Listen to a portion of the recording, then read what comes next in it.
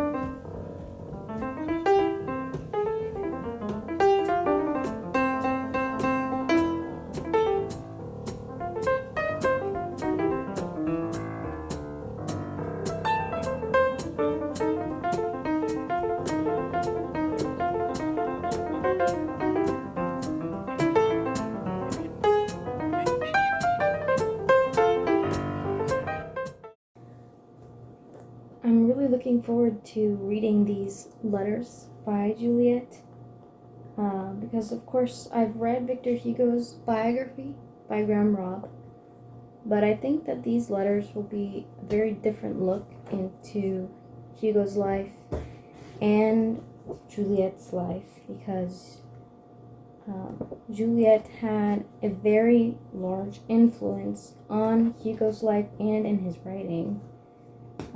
For example, Cosette and Marius from Les Miserables, they got married on February 16th, 1833, and that is actually the anniversary of the first night that she and Juliette and Hugo spent together. They were together for pretty much Hugo's entire life since he met her in the 30s, and even throughout all of his other mistresses that he had, all up until her death in, I think, the 80s. Yeah, the 80s. And she lived near him in Guernsey as well. They were able to see each other from their windows. These are the end papers I'm using. This is a scene in Guernsey. In fact, I think I may have been here. And it's by Renoir.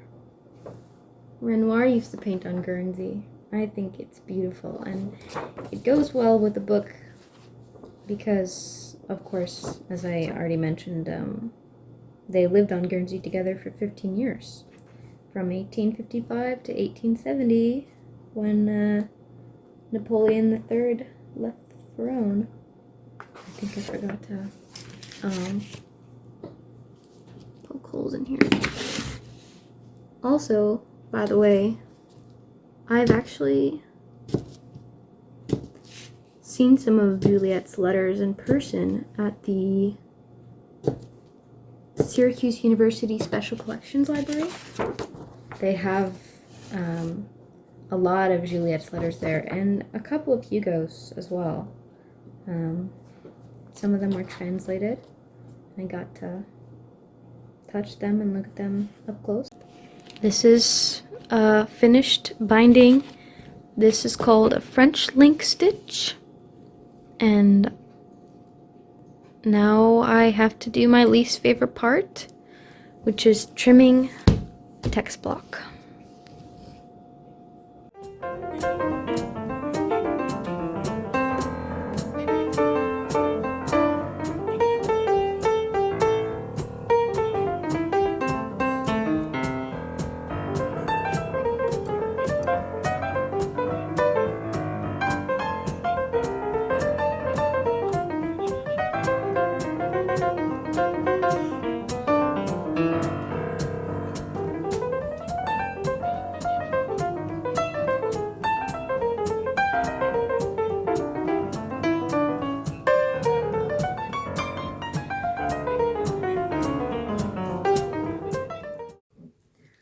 the top came out really sloppy.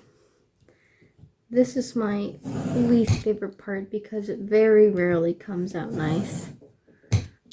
I just don't really know how to do it exactly because I wasn't trained on it in the conservation lab. And I don't think I have the right equipment either, because in a professional bookbinder you would use a guillotine or a plow, and all I have is this box cutter knife that Hong used to use for cutting boxes open. Usually it's nothing a little bit of sanding couldn't hide, but this is just a mess. But maybe one day I will have... Oh god. Yeah, I hate this part. Every other part is fine, but I just wish I didn't have to trim the edges. I butchered the bottom too, but there's not really any more room to trim, so I'm stuck with this mess. I'll see what I can do with this sanding paper. Yeah, it's not great. It's a learning curve for sure. And then I have this mountain of paper, but I'm just going to use it to make paper pulp and make more paper, so it's not going to waste. So, time to sand.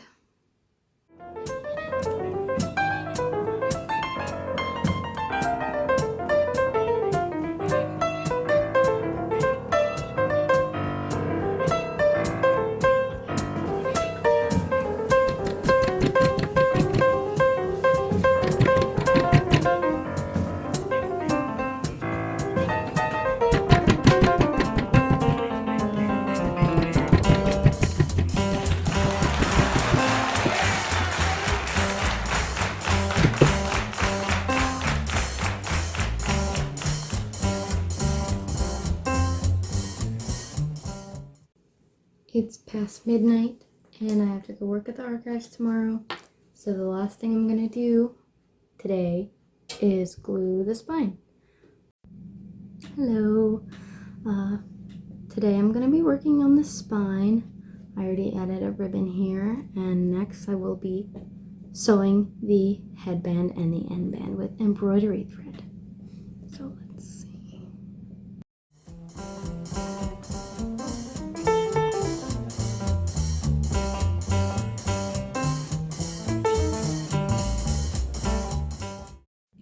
So I added some tissue here with the cord at the top and bottom, and it's actually cooking twine because I don't have proper cord. And as you can see, I already painted the edges gold, and I'm just gonna wait for this tissue to dry and then I'll actually start embroidering.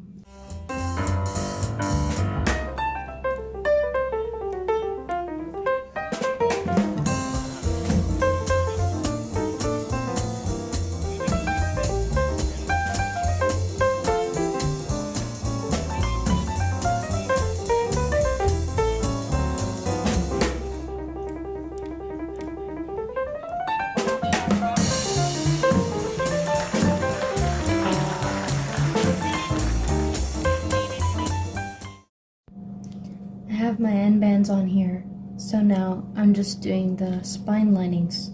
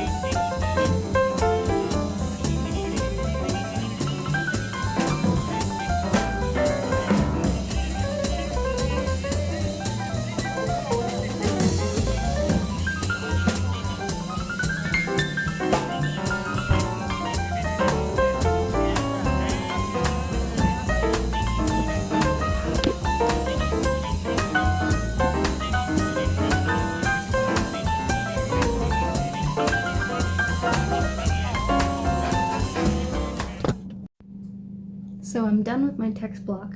It looks like this. And it's all ready to be attached to a cover. So it's time to make the cover. Hello, so today I'm going to make my own book cloth. I found this fabric from Goodwill the other day. I think it's a curtain, but I thought it would look way better as book cloth. So I measured out that, and I'm going to make wheat paste in order to adhere that onto the rice paper and let that dry so that we can make the cover.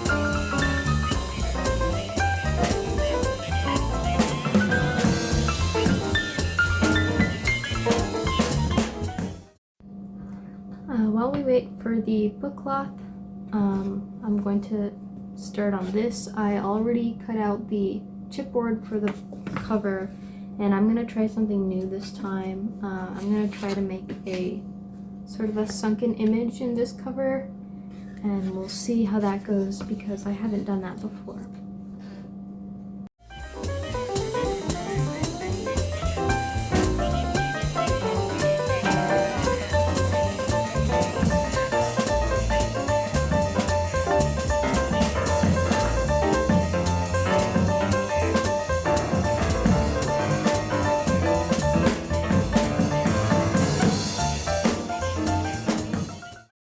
This is how it turned out. This is the fabric side, and this is the paper side. I've already trimmed it and done my measurements. I do a lot of trimming and measuring off camera. So next we will attach the chipboard to the book cloth that I just made.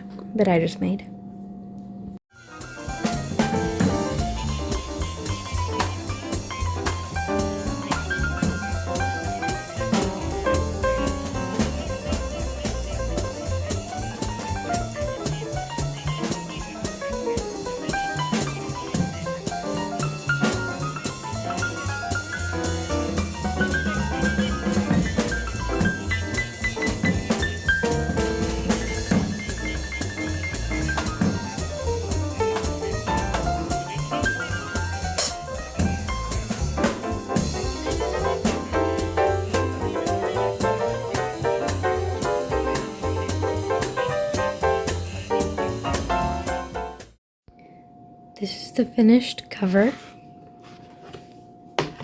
and the cutout in the front. This is a painting of Julien Drouet. And now it's time to attach the text block.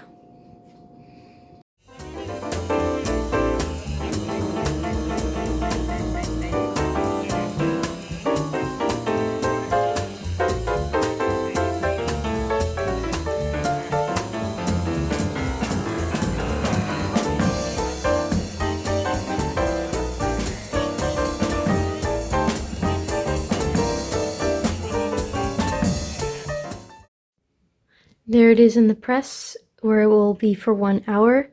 I went ahead and added this piece of spine paper, and we're almost done. I just have to attach the end papers after this dries. Alright, time for an exciting part. The penultimate step is to attach the end papers. And then it'll have to dry again, but let's do it.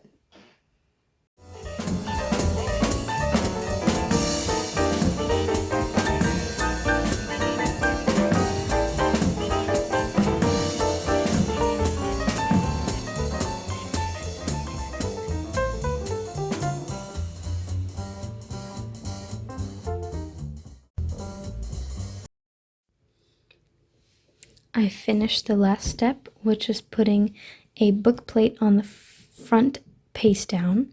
So it's done. And I think the cover is pretty enough that it distracts from the terrible edges. But this book is just for me, so I don't mind. I'm happy with it. Thank you for following along.